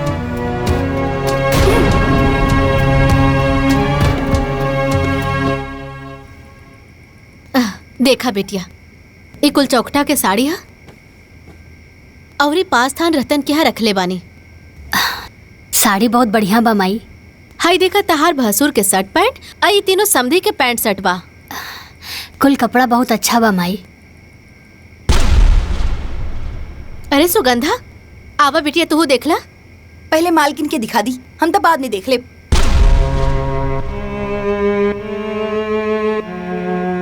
और वैसे भी हमरा के बहुत नींद आवता, हम जाता नहीं सुते के।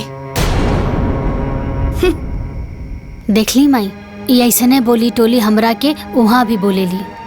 जायदा बिटिया, तू बड़ बाड़ो, तू ही समझदारी से काम ला। ओकर बचपना भी गई लेखे। यह सोच के तो हम चुप रहेली। अच्छा माई, अब तू सूझ जा, सुबह हल्दी चुमावन बा ना?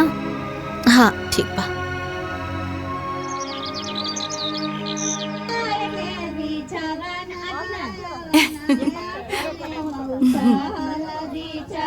अरे बहन, पहले बड़की दीदी से न करावे के चाहिए।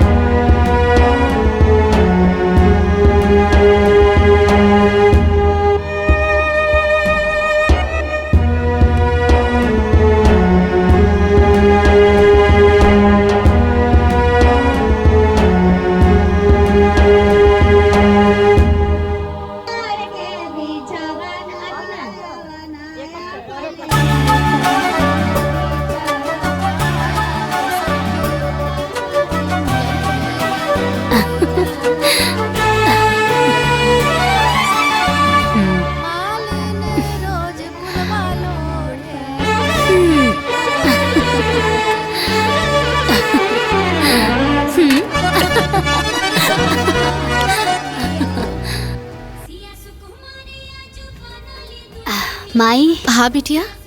हल्दी वल्दी तो अच्छे से निपट गइल बा। हाँ। बस बियाह अच्छे से हो जाए, सब बढ़िया हो जाए। ये हमार तरफ से नेग है। अच्छा नमस्ते, प्रणाम। खुश रह बिटिया। इला बिटिया, तू नाम लिख लिख के न रख दा, ना तो हम भुला जाए, याद ना रही। ए माई, ई राजा चाचा की लड़की रहे। हाँ, ये राजू चाचा के लड़की रही। बढ़िया साड़ी दिले बिया। प्रणाम, इराला हमरा तरफ से शगुन। अच्छा अच्छा, तू लोग ब्याहवा में टाइम पर आ जाइए। ठीक बा। ला एकरो रख दा। नमोआ तो बताई। अरे वो सीमा रहली है ना, चिन्हत हूँ। हाँ ठीक बा। सीमा और राजू चाचा।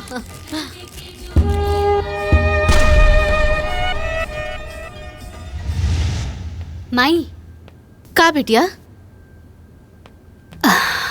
माई, ई चेन हम लेके आयल बानी, देवर जी के दे दिया। मोर बंधाई, अभी नया नया शादी भइल बा ना, तो अच्छा लगे। इनकरा के 500 रुपया दे दिया, चल जाए। ली। अरे ना, 500 कहला दे। हम एगो पैंट शर्ट एगो घड़ी लेके आयल बानी। ठीक बा माई। ठीक बा।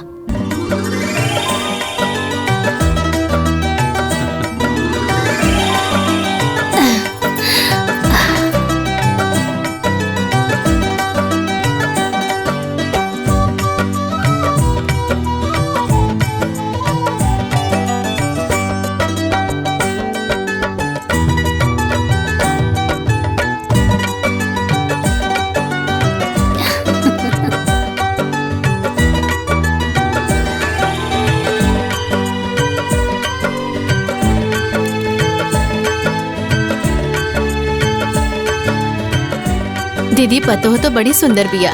हाँ बहन। अरे ननद सुंदर हुई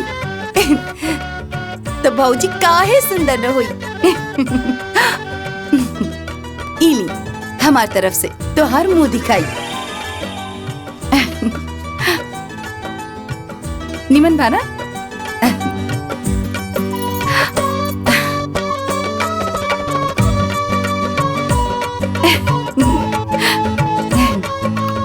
भौजी, इस सोने की अंगूठी तोहार दोनों ननद की तरफ से। कैसन लागल? एकदम चांद के टुकड़ा लग रहल बाड़ू। राउर तो भाग खुल गेल माई। हाँ माई साहब, जोताई तो हो गई। शरबत पीला। अरे आ गेला। अरे पिंकी के माई। चलो चलो, उतरा उतरा। घरे आ गेला। ए गुल्लू बिटवा, आजा आजा आजा। प्रणाम मुझी। माँ जी पायल बस रहा। प्रणाम माई। खुश रहे खुश रहे। गुड़िया बिटिया। प्रणाम भैया। खुश रहा खुश रहा। दादी के प्रणाम करा। प्रणाम दीदी। खुश रह। कैसन बाड़ू?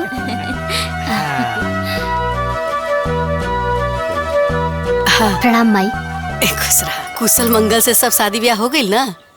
हाँ अम्मा जी, राउर आशीर्वाद से सब कुछ कुशल मंगल से बीत गइल बा। अम्मा जी रउआ खातिर और दीदी खातिर साड़ी भेजले बाड़ी। अब लइका के बियाह कैले बानी त समदिन के साड़ी तो पहनेबे करिए ना। दीदी ई तोहरा खातिर। माई, मोर बनाई सिकड़ी मिलल बा। अच्छा, बड़ा सुंदर बा। आ गुलाब तहरा के का मिलल हो? हमारा एक घड़ी, कपड़ा और 500 रुपया मिलल बा। और भाइयों खातिर कपड़ा और 500 रुपया। दा इला भैया। अरे 500 रुपया आंदरे बा। हमरा खातिर। अरे माई, चल जौन मिलल तौन मिलल। आ वैसे भी लड़की वाला हमेशा लड़का वाला कुछ ना कुछ देत रहेला। अम्मा जी ई माई लड्डू भिजवले बाड़ी। लड्डुआ ना तनी पटीदारन में भेजवा दिया। ठीक बा। ए गुड़िया लेके चला। ला बेटा, बड़की मम्मी के दे दा। जाओ बच्चन उच्चन के खियावा, थाके लोइया। अभी लोग आ गइल ना, घर भर गइल। हे माई, वो गेहूं जे तैयारी भइल बा ना, हाँ। सब दे देले बानी महाजन के। वो बोल रहे हैं जल्दी से पैसा दिया जाए। हाँ। तो हर काम ना हमेशा टाइम से रहेला। अरे माई, सब तो तोहार और बाबूजी के सिखावल बा। हाँ।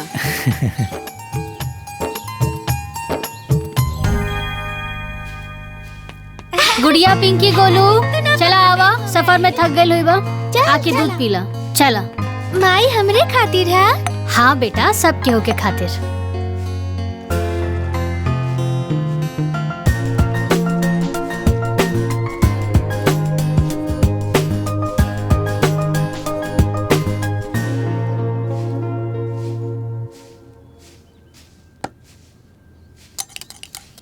पूरा खत्म करिया। बड़की माई, हमरो के दूध चाहिए। हाँ, अरे गोलू, तहरा के भी तो बड़की माई दूध दी। आवा बैठा। सकरन सीटी, हमार गोलू का दूध मीठा। ला पीला।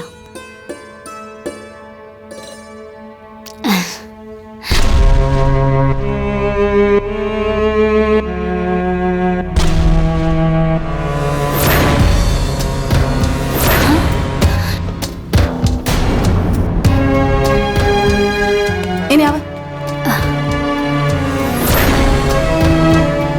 अरे हम तरह के इतना खियाली प्याली तभी तो लाट टपकता। अरे तोरा के कितनी बार मना कही हम, केहू भी कुछ भी दी तो मत खाइया।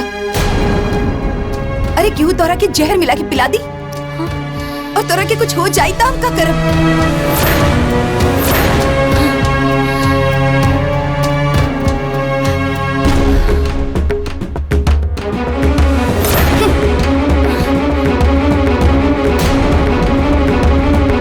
कितनी बार मना कही हम।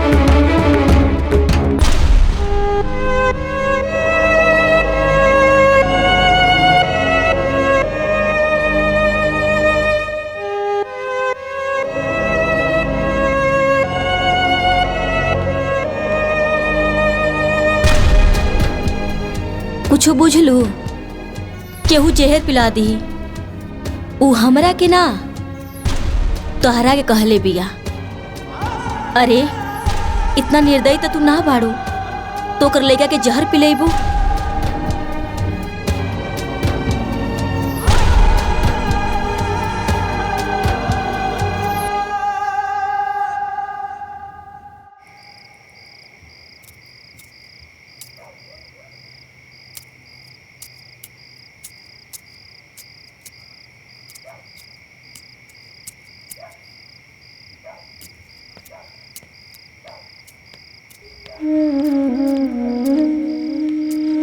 सुगंधा, सुगंधा, आखिर का चलत था तारा मन में? काहे हर बार हमरा के ताना मारेलू? अरे तू सोच भी कैसे सकेलू कि हम गोलू के जहर दे दे? इमे सोची के कहा, जब जमाना इतना खराब हो गइल बा कि हक और हिस्सा के लिए भाई भाई के गला घुट देवेला, तब बहन काहे ना घुट सकेली? वाह सुगंधा वाह। अरे तू तो ससुराल आके बहुत बहुत बड़ हो गईलू। हम ये सब देखे खातिर, ये सब सुने खातिर तोहार देवर जी से बियाह ना करौले रानी। हमारी सपना ना रहे। अरे हम तो यही सपना देखनी, अपन एक आँख से हम तोहार सुख देखनी और दूसर आँख से हम अपन सुख देखनी।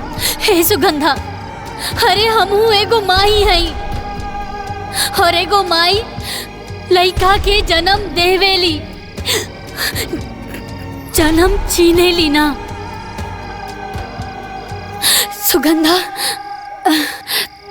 अब तो हमार बहन ना हो। अब तू हमार देवरानी बन गेल बाड़ू। देवरानी हमरा के देवरानी बने खातिर के मजबूर कैलस?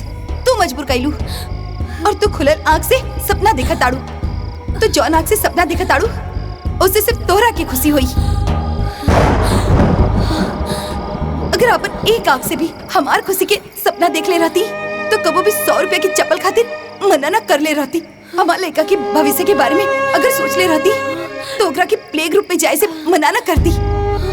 तो सिर्फ और सिर्फ अपन पति, अपन लड़की और खुद के बारे में सोचेलू। और सच्चाई तो यही बा कि तू हमके एक घर में ब्याह के एक हाथे लेके आल बाड़ू ताकि हम ई घर की नौकरानी बन के रही और तू ई घर के मालकिन बन के रहा।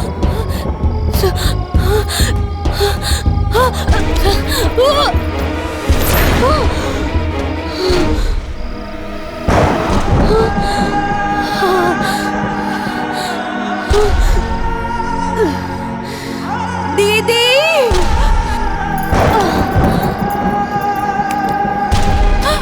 दीदी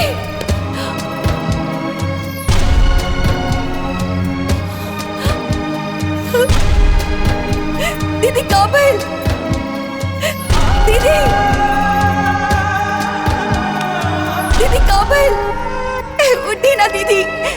माई माई जल्दी आवा। दीदी उठी ना, का हो गई?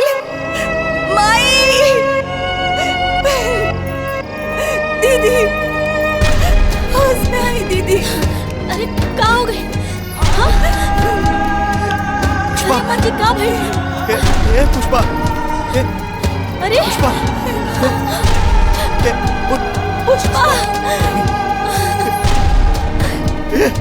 चली ना दीदी के डॉक्टर के पास ले चली। पुष्पा पुष्पा पुष्पा अरे उठा दीदी।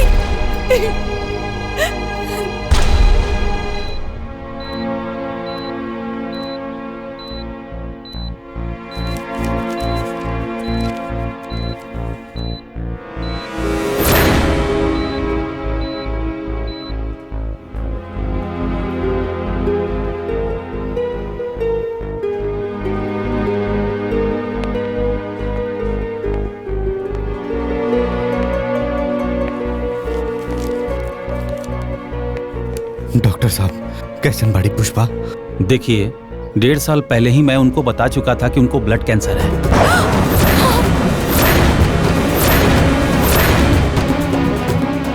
और उनका कंडीशन लास्ट स्टेज तक पहुंच चुका है।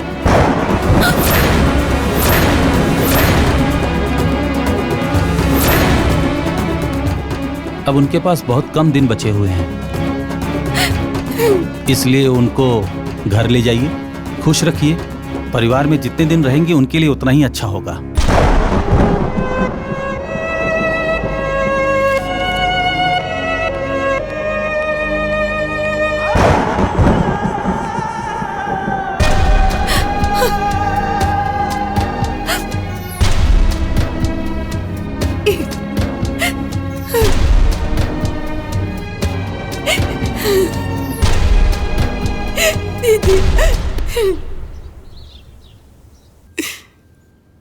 दुल्हन के कैंसर ये हमरा और गुलाब के पता रहे।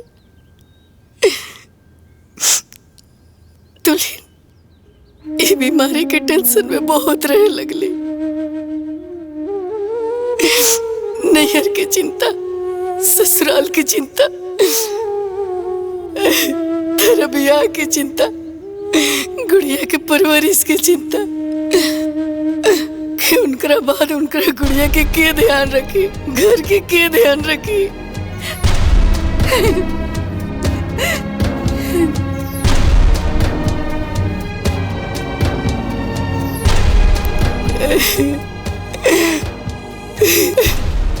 और उनका मन में ही सब चलत रहे,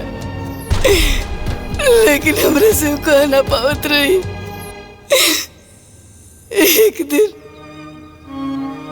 एक दिन हमरा से कहली कि बाजी हम चाहता नहीं कि हमारी बहन की शादी सतीश से कर दिया जाओ, ताकि हमारे बाद घर में रही ना, घर के संभाल सकती है, हमारे गुड़िया के संभाल सकती है। काहे कि माँ से तो माँ जैसन हो लेना, माँ से बढ़ के मासी होले। अगर दूसर लड़की ये घर में अगर देवरानी बन के आई तो पता न कैसे ही घर में रही। हम ही सोच के ही रिश्ता के फौरन हाँ कह देली कि दुल्हन के गैला के बाद गुड़िया के माई की कमी महसूस ना होए। जनतर लोग एक बात कही, हम बहुत लाचार हो गई। हम वो सास है कि जे अपना पतों में भेद कैलास कायदे से निकल जाओ। हमरे बड़की के घर के मालकिन बनावे के चाहत रहे, लेकिन हम दुल्हन के बने नहीं। कैसे कि हम चाहत रहे कि हमर दुल्हन चाहे जितना दिन रहे लेकिन अपन हर खुशी जियस। हमर दुल्हन में मालकिन बने के जिम्मेवारी संभालने की सारा गुण रहल। ऐसे हम उनका के घर के मालकिन बने नहीं, और वो आज तक घर के बहुत अच्छे से संभाल के रख ली, क्योंकि कोनो चीज की कमी ना हो के दे।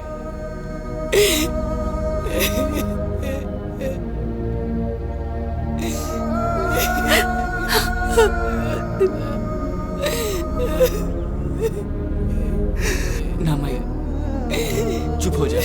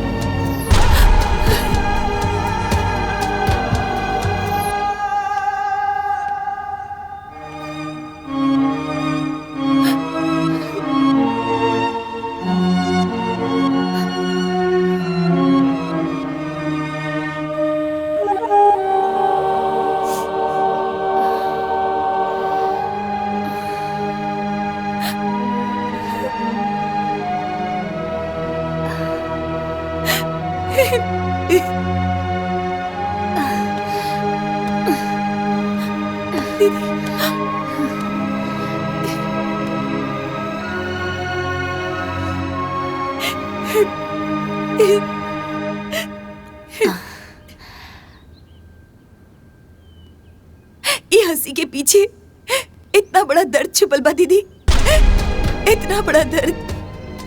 तू तो हमसे हर बात बतावेलू, तो फिर ईराज हमसे काहे छुपावले दीदी, काहे? सुगंधा, तू तो अपना दीदी के बचपन से जाने लू ना।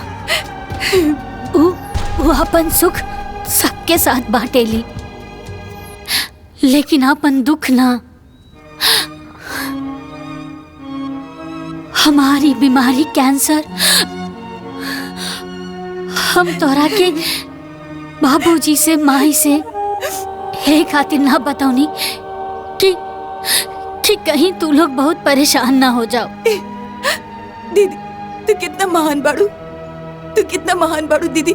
हम तो छोट बहन होके भी हम तोरा के इतना उल्टा सीधा बोल देनी, तोरा साथे जबान लड़ौनी, हम तोरा के का कह देली दीदी। हमरा के माफ कर दे दीदी, हमरा के माफ कर दे दीदी। तू हमरा के छोड़ के कब मत जाइए दीदी, कब मत जाइए दीदी। तू हमके मारा, डांटा और उल्टा सीधा बोल दा, हम कुछ न बोलब दीदी, हम कुछ न बोलब। बतावा दीदी तोरा के का खाए के मन बा? कचौड़ी, पूरी, हलवा दीदी तोहर जौन मन करी हम उस सब बना दे। बस दीदी तू एक बार बोला तोहर का मन बा।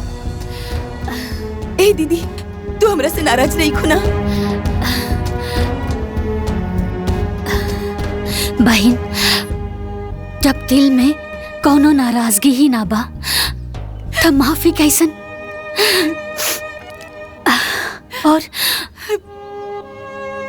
और जौन रिश्ता में लड़ाई ना हो तो समझ जाओ कि वो रिश्ता दिल से ना दिमाग से निभावल जा रहल बा।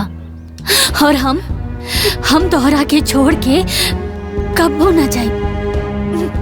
अरे हमार रिश्ता कोनो जरूरत के रिश्ता ना बा।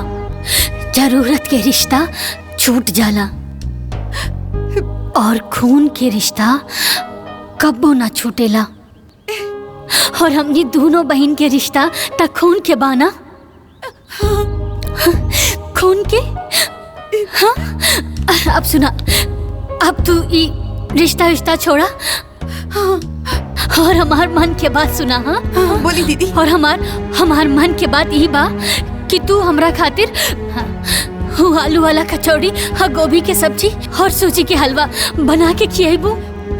हाँ बना दा, बनाइबू ना।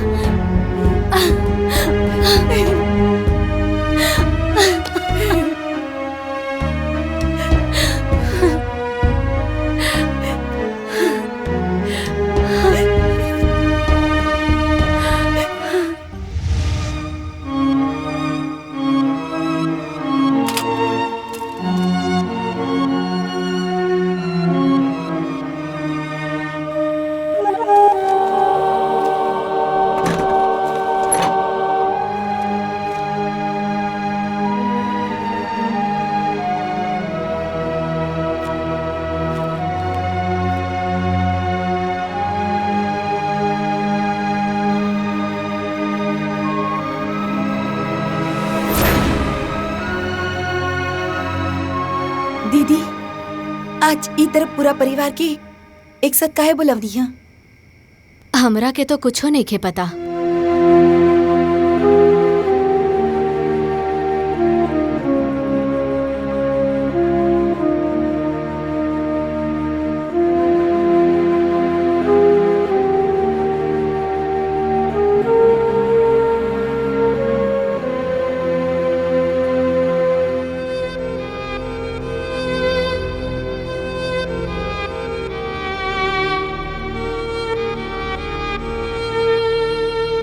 जेठानी जी, हम पिंकी, गुड़िया और गोलू के नाम 5-5 लाख की एफडी करोले बानी।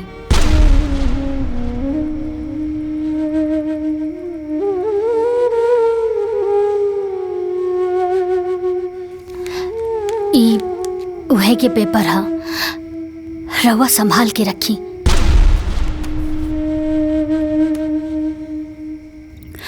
जब ई लोग बड़ा हो जाई ना त ई पैसा ई लोगन के पढ़ाई में बहुत काम आई।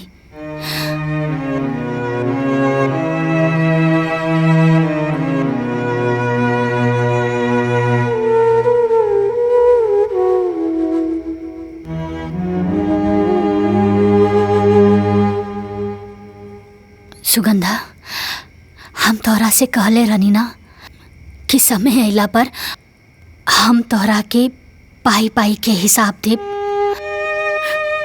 ये जौन एफडी के प्रीमियम बा ना वो हम देवर जी और जेठ जी के खेती के कमाई से ही भर ले बानी।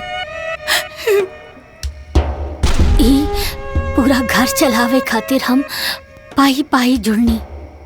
अरे कबो 100 रुपया 50 रुपया खातिर लड़ भी गई नी। कभी अपना पति से तो कभी तू दोनों लोगन से। तब जाके इतना बड़ा रकम इकट्ठा भई।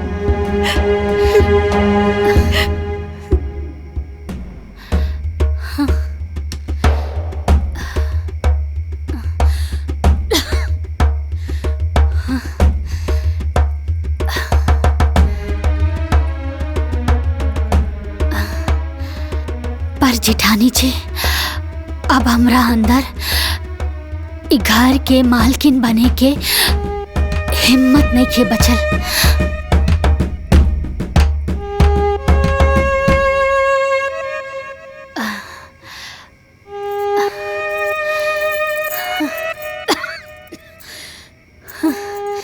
अभी घर के मालकिन की जिम्मेदारी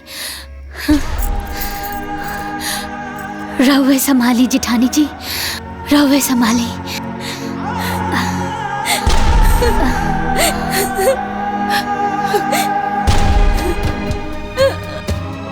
हमरा के माफ कर दे पुष्पा, माफ कर दे। हमरा से बहुत बड़ भूल हो गई बा। हम तोरा के गलत समझनी। तू दोनों बहनी के झगड़े में आग हम लगावनी है।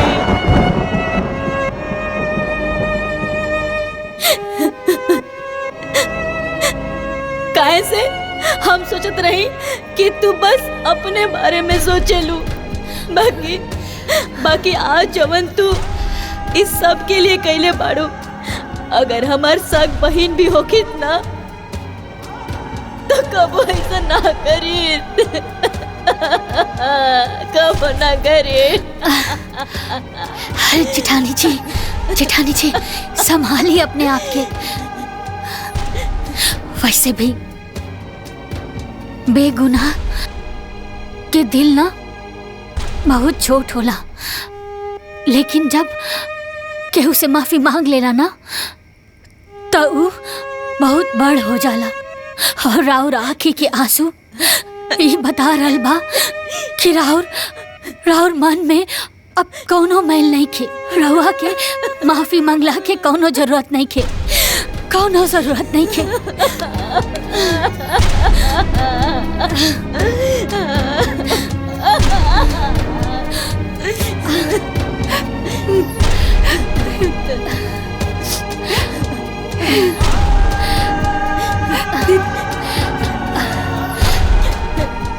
बस हमारे आखिरी एक शब्द जेठानी जी,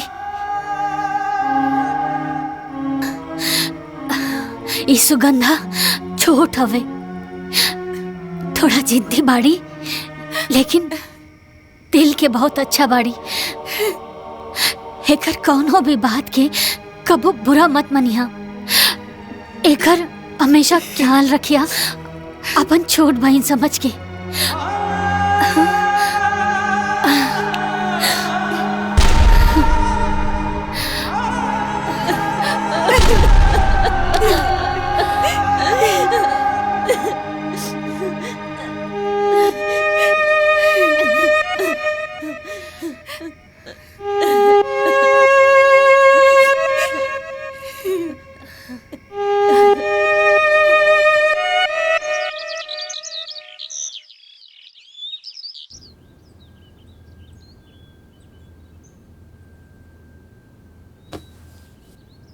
दीदी उठी ना दीदी, देखी ना आज तोहरे पसंद के नाश्ता बनवले बानी। जल्दी से उठ जाई दीदी, और दवाई भी तो खाए के बा। दीदी उठी ना, वरना नाश्ता ठंडा हो जाई। दीदी दीदी उठा।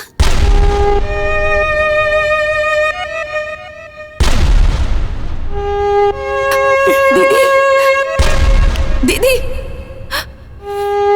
दीदी